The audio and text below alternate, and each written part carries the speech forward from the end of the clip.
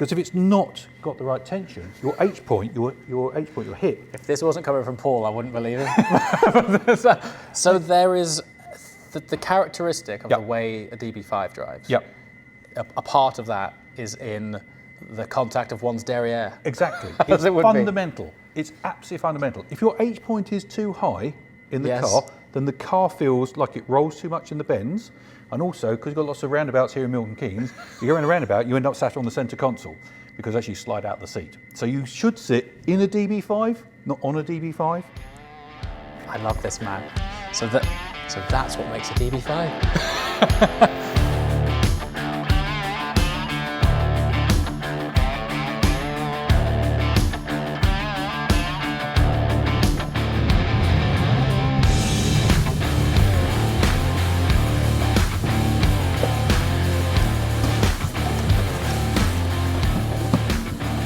Hello and welcome to Aston Martin Works. Now, today is induction day. This is finally stage one of us giving this car an entire makeover, a massive transformation inside and out. Regular followers of the channel may remember that last year we partnered with Aston Martin on a special edition DBX, of which we developed our own very special paint based on Valkyrie paint technology. We love that paint so much that one day we speculated, can you imagine what this would look like in our Lennox green? Lo and behold, here we are to do exactly that. But first of all, let's not pretend. There's plenty of paint shops around the country which could paint a car. However, what's behind those doors is incredibly special. And so today we're going to welcome you to Works to show you exactly why we brought this car to ground zero, the motherland of Aston Martin. Paul. Hi, James. How's things? Good to see you. Welcome back. Thank you so much. So we thought we'd kick off this journey by why have we brought it here, really? Because really what's behind there is unbelievable. You know, this place actually predates Aston Martin. It even predates the internal combustion engine.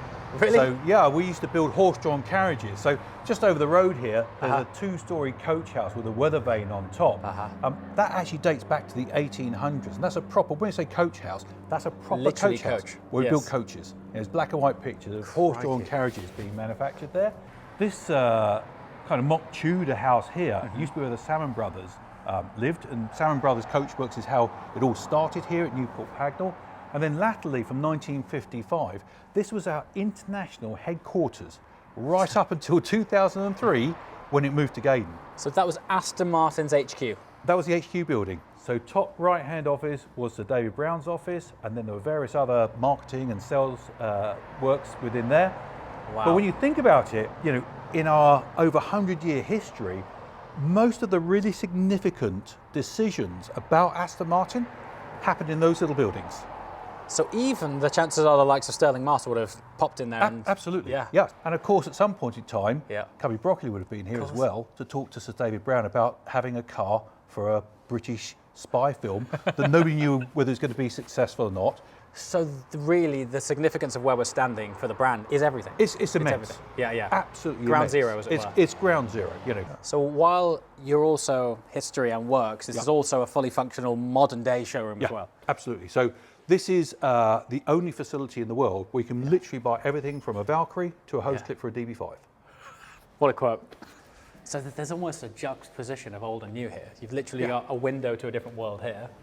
And you're brand new. So, well, I say brand new, you've got a continuation car here. Yeah, absolutely. And this is made on site? Made on site, so we build all the continuation cars. I've built about just over 60 continuation cars now. Wow. And this car is actually what we call our VP car. So this is our verification prototype DB5. Okay. So this is the first brand new DB5 to be built since 1965. That's amazing. Yeah. And you've driven the car, you know, it drives like a cool thing. Drives like a proper DB5, but it's got all the gadgets on it. And obviously, you know, when you look at this car, particularly compared to the cars from the 1960s, the quality of the fit and the finish is just at a different level. To be honest. What's incredible when you experience this thing in a million years, would you believe that it was built like last year? You know, it's just incredible. Even the smell of it, which I think is something I never thought you'd be able to replicate, but I guess because it's made in the same line. Yeah, and it's a good point, because actually what we wanted to do with this car was to assault all three senses. It's the look, the touch, and the smell is really important. So we used Connolly Vomar leather on the inside of the car, which is a very lightly tanned leather, so it's got a proper smell of leather, rather than kind of the more modern leathers have to be fire retardant and demisting properties, so they have a different smell. And it's very important that when you get inside the car, Yes. you feel like you've stepped back to 1965. So we have the full range of modern Aston Martins as well. Obviously, these are built at Gaydon because we're a dealership. So literally, you can come here, you can choose your colour, your trim, and buy a brand new car here as well. Phenomenal. And then you've got that view, which is a whole different story. And really, that's the reason we're here. So I'd love to this really for me this is like stepping into a different world. And I'm also amazed at the cars that come around the globe here. Yeah. I mean, honestly, this view blows my mind every time. Yeah. You know, and not only because it is obviously visually amazing, but as the name would suggest, 177s, you had 77 of them. Yeah. And each time I've been here, you've had 3 or 4 in here. Yeah, which absolutely. is bonkers. It is really. I mean, we look after about 26 of the 177s from around the world Really? here. And yeah, you know, it's a ever-changing picture. I mean, I never get bored of coming into the workshop because you always see something different. And a lot of these cars come to us from all around the world, as you said before. You know, it's a really international draw. I mean, just looking here, there's a car from America, Switzerland, Far East, France. I mean, it's a really international clientele that we have here.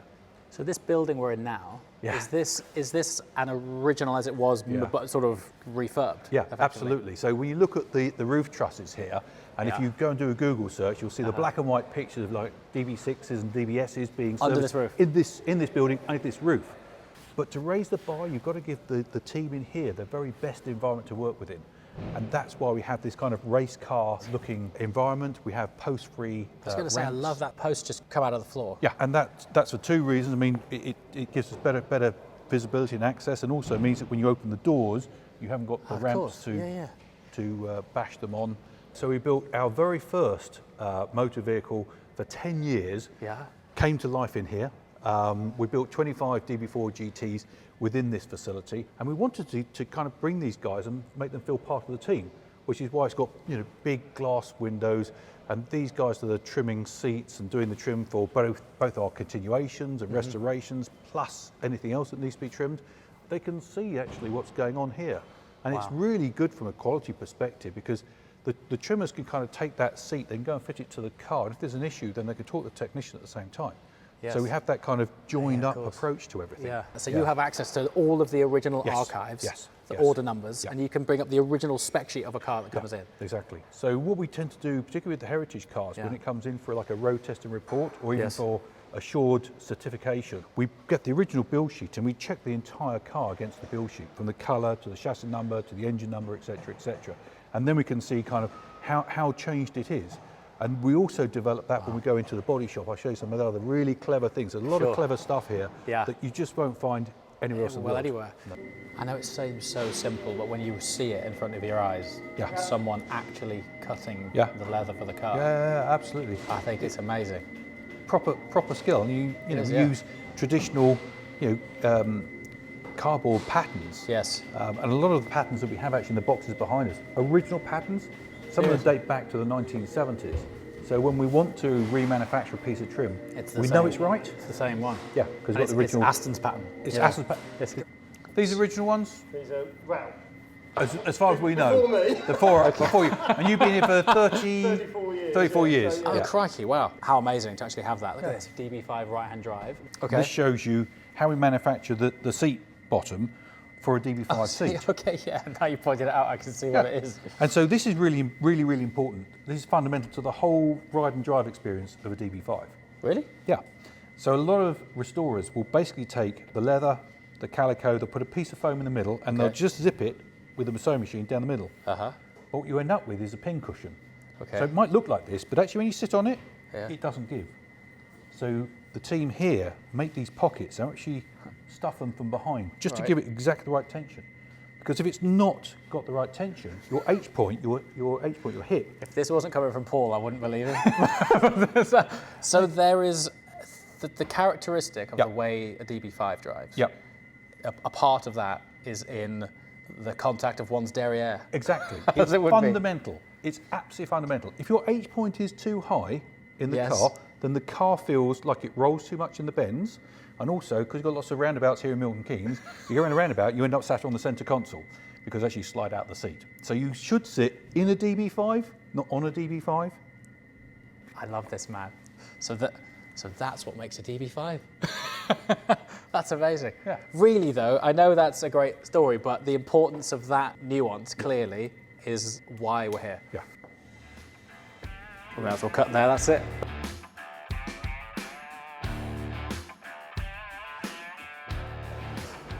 I've only ever been in this room once, Yeah. but it just blows my mind that this happens under one roof. Yeah, absolutely. I mean, no other manufacturer has this kind of facility where we manufacture body panels and chassis on site for our heritage cars. And this is a primary example of how we employ a modern level of technology into our heritage restorations. So this is a brand new DB5 body jig. Okay. So the jigs that we used to have were great, but of course they date back to the 1960s and they've made literally thousands of body panels and we just didn't get a quality item off of it. Okay. So I'll come back to quality again. Sure, yeah. So with this jig, we actually scanned 7 or 8 DB5s. I was just about to ask, how did you achieve the base? What is, because you've just now set the benchmark for a DB5 here, right? Yeah, so we basically take the DNA. Okay. So we take the DNA from the original jigs, which are all a bit twisted, a bit bowed. We take the DNA from a number of cars. We then overlay them in CAD. Yeah. We look at the shape of everything, and if we have an outlier, which we did, which was clearly a car that had been involved in an accident at some point in its life, we just get rid of that. Okay. And then we take the median through all of and the difference in the surface is minute. Sure. Yeah, we talk about millimeters. So we take the median, and then we get Design Studio to basically take out any curves and undulations that shouldn't be there. Right. And we end up with a very pure body, but we also then mirror it, which means the left and the right hand side perfect are symmetry, as it were. Are symmetrical. Yeah. Because what we found on a lot of the cars is they were not quite symmetrical. And that's absolutely right, because it was handmade, right? In the 1960s. So and also the patterns that we're using were also handmade. Yeah. So this is it's something you know. Yeah. So this really is actually machined from solid block. Is it really? Yeah. Okay. Wow. Yeah. So it's very, very expensive to do, but it gives us the most fantastic quality item. So if you look over here, we're making a front wing for a DB5 to go onto one of our restorations, and it's made out of bonkers, isn't it? sections. So you've got the front section. This is actually 2 sections. You just see the join here from the outer wing to the inner wing, or the throat section as we call it through here. Right. And so this has been all welded together, and then it's been filed and so that's totally seamless. You can't see it. No. So these are, it's like a really posh jigsaw then? Handmade yeah, posh jigsaw handmade aluminium jigsaw. You then finish. I always thought they were a single panel. No. So they start out as separate panels. Yeah. So you see here, this will eventually be joined. Seriously? Be welded together. Is that how it goes? Yeah. And then you won't see the join. And what we thought would be quite fun would be to allow you to have a go on an English wheel. So this wing, fun for you. Not for me, but for you. That's not going to be fun. So this wing starts off life as a flat sheet of aluminium. Okay. And it's wheeled. And this is something that's it's called an English wheel because it was comes from the 1930s, making aircraft wings. Right. And Morgan here, who's working on a piece, he's going to show you how to wheel a piece of aluminium. I would do it, but I'm useless. But this guy is an expert. Okay. This acts as like a big hammer. Okay. It squashes the metal. You see it through here? Yeah. Well, adjust this up and down and adjust the pressure. Okay. So that's like the squeeze, the hammer blow.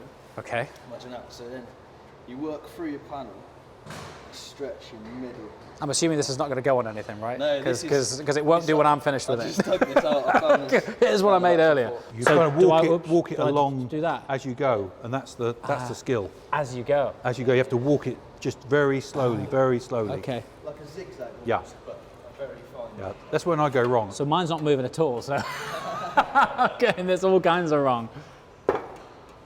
It's a proper skill. Crikey. So how long does it take to make this shape?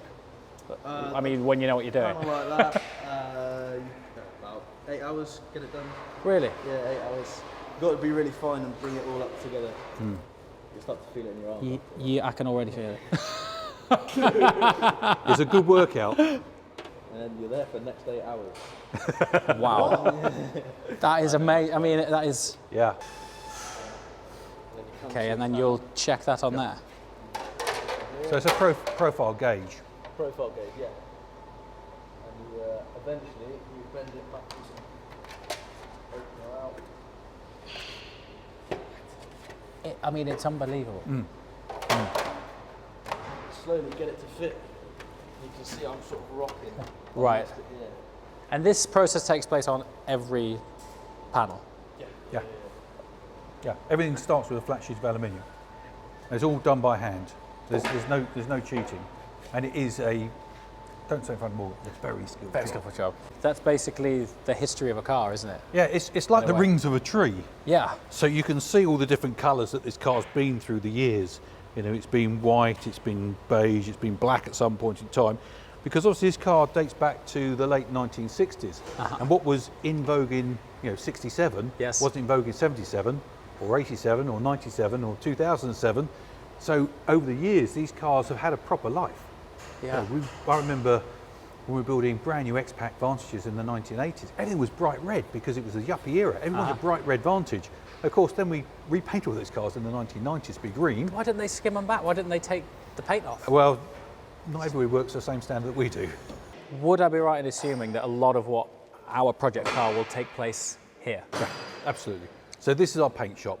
So it's one of only 2 areas of the business where old and new cars actually come together. Okay. Normally they're quite separate because of the skill sets that are involved.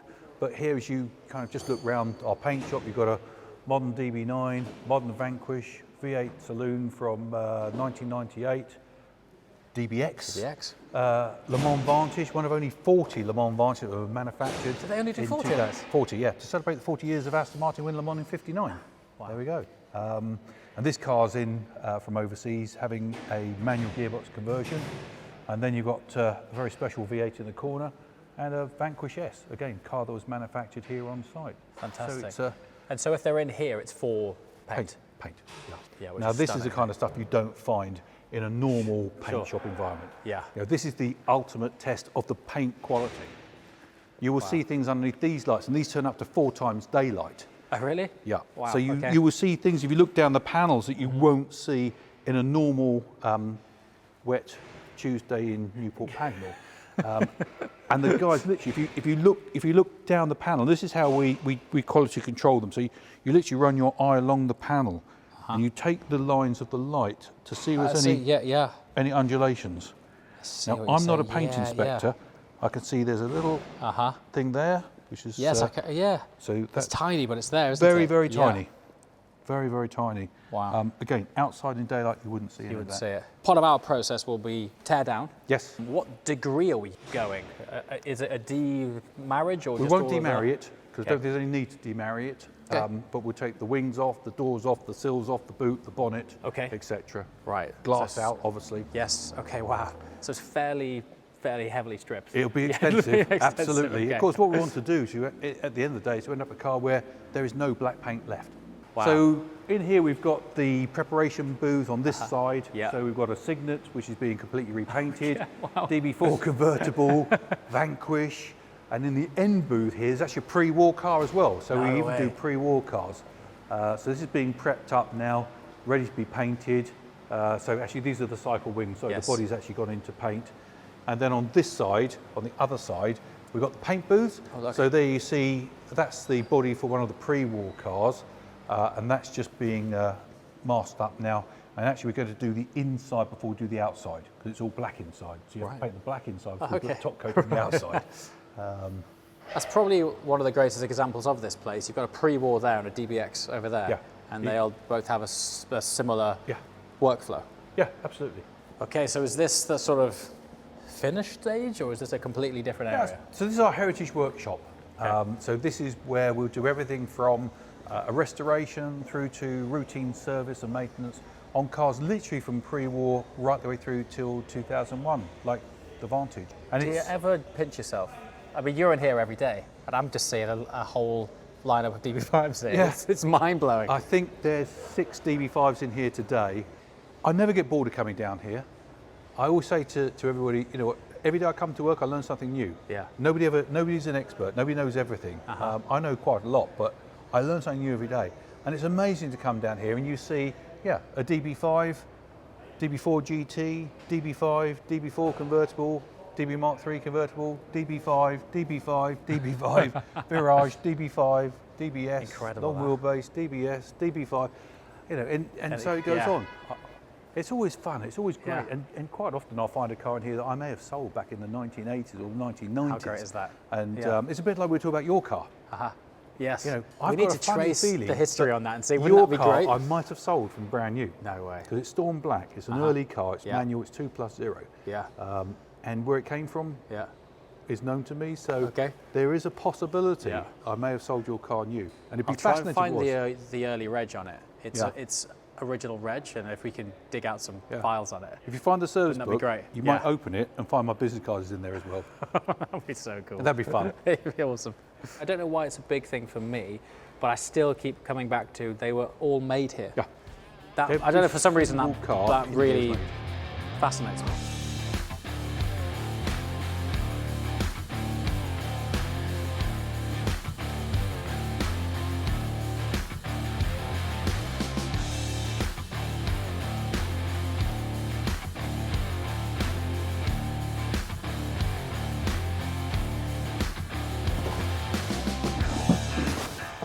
Okay, so there we have it. This is stage one of an incredibly exciting journey. It's going to take a while. There's a lot of processes, but Works are giving us full access, a complete insight into what it's going to take to completely transform this car. So massive thanks to Work, massive thanks to Paul for his encyclopedic knowledge of this phenomenal facility. And the next time you see this is going to be the beginning of a very exciting process. As always, thanks so much for watching. We shall see you next time. Ciao.